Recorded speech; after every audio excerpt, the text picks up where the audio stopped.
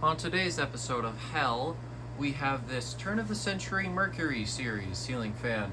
Now, I have had this fan for probably almost 2 years now, and I finally have it working because, as you guys know, by now I've started uploading remakes of some of my earliest fan videos, so obviously that means I've run out of fans to film.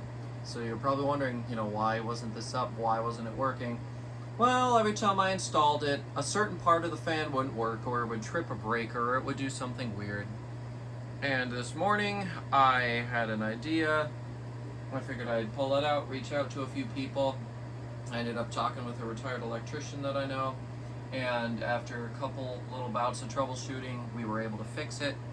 And from what it seems, this fan was weirdly wired from the factory, because I had to rewire the factory wiring to actually make it work. So I don't know what the hell the deal was with this thing, but it works now, and that is all that matters.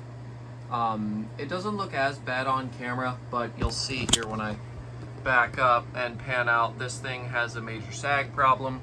Typically, sag comes from blade arms that cannot handle the weight.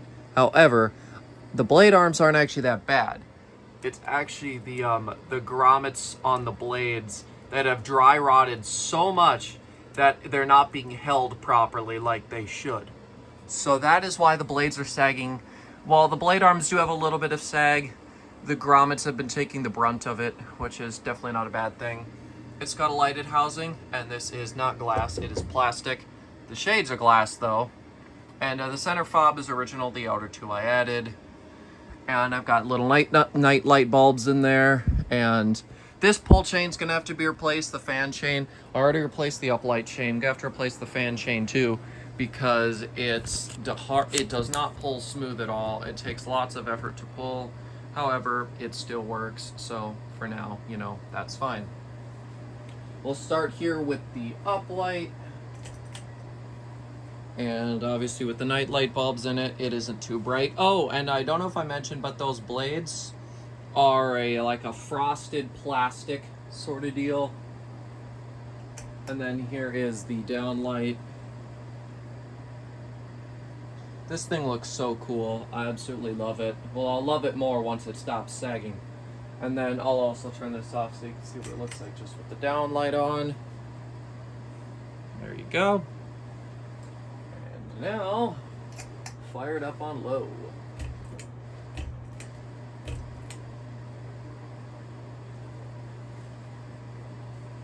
And also due to the blades not really, or I should say due to the grommets being funky, the blades do also have a bit of a ticking noise if you bump the fan in a certain way.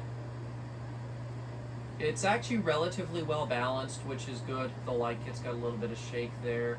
And it does definitely have a hum to it, and it vibrates, but all this stuff is fixable and would be done in the future. However, everything that needs to be done would require a lot of work, and I'm not in the mood to do it right now, so I'm just going to make this video for you guys here and update way down the line. This uses a 153, probably by about 12, 13 millimeter motor. I'd say it's probably got about an 11 or 12 degree blade pitch on it. It was manufactured in 1999. So, turn of the century, as you know, was Menard's store brand back in the day. Well, one of them, they had a few that sort of just went in and out. And they had a line of, they had a bunch of different fans and products. Some of them were cheaper. Some of them were actually nicer as well. And this was definitely one of the more higher end type fans. Definitely not the best by any means, though. However, this is definitely not a horrible fan. They had numerous different lighted housing fans. Cole has a downrod chrome one called, I think, the Crystal Series or something. This one is called the Mercury. And I really do like it. And also the blades don't sag as much once the fan is running. And that is, of course, due to the centrifugal force or whatever on earth that force is. I took physics last year, I should know, but my brain was out that whole year. Anyways, we are drawing 0.24 amps, 11.2 watts, and a third of a power factor. I haven't actually run it on anything besides low with the glass on, so I don't know how loud it is.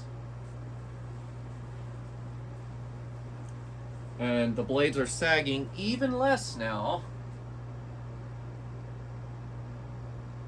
Honestly, when I take the pictures of this, I might try and sandwich some stuff in the blade arms so they don't sag as much. Anyway, so this here's the medium speed. It's definitely got a bit of a hum to it, not horrible. And it's moving relatively fast, you know, for a plastic bladed fan.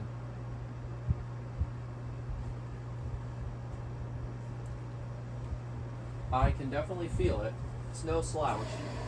We're drawing 0.42 amps, 36.3 watts, and 2/3 of a power factor. Well, actually almost 3/4. Anyways, we'll go ahead now and take it to high.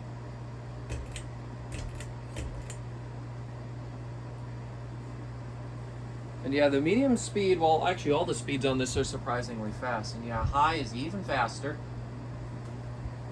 And yeah, right now the blades are hardly sagging at all. It looks actually really, really normal this way. So I'm definitely gonna have to go and get those grommets out of it. Unfortunately though, the grommets also did some damage to the blades when they were sticking together, unfortunately, which I'm really, really disappointed about, but such is life. And it is moving a great deal of air for a hugger. I'm very impressed by it. And it is drawing 0.54 amps, 62.6 watts, and a whole power factor. These definitely do not show up too often. I mean, a lot of the 90s, turn of the century honestly doesn't. And it doesn't help that it's confined to the Midwest either. I do know that another collector has one, and Dan featured it on his channel, and that's how I know that that's what this fan is called.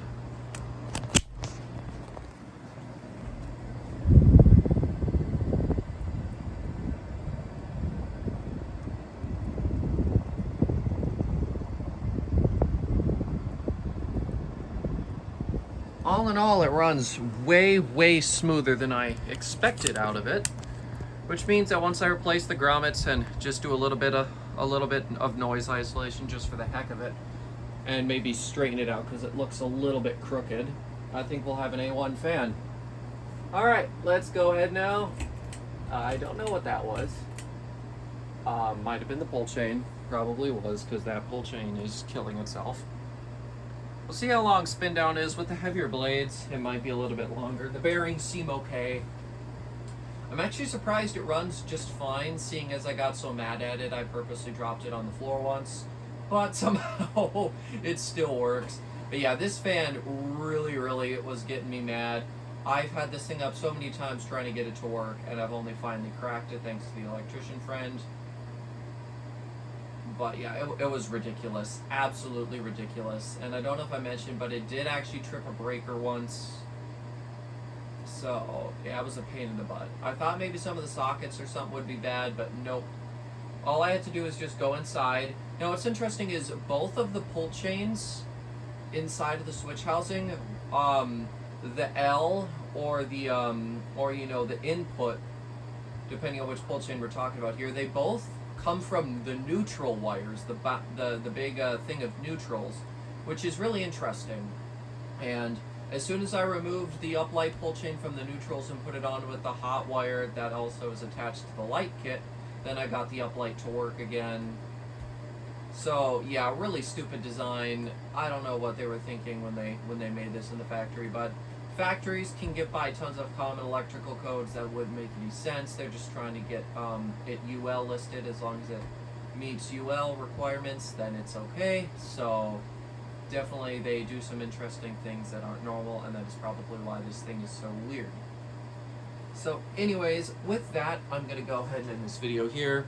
I sure hope you guys enjoyed finally seeing this fan. Love to hear your thoughts on it, and I'll see you in the next one. Goodbye.